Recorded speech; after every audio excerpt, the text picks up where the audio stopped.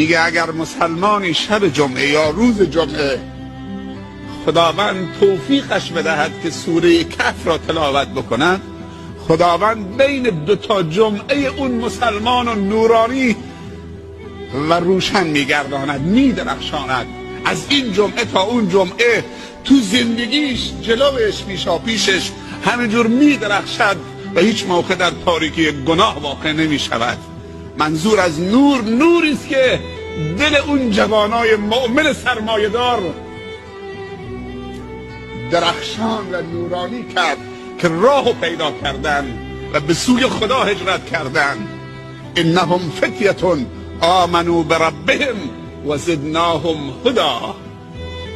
محور سوره کهف بر همین آیه کوتاهه، انهم فتیه آمنوا بربهم و زدناهم هدا. چند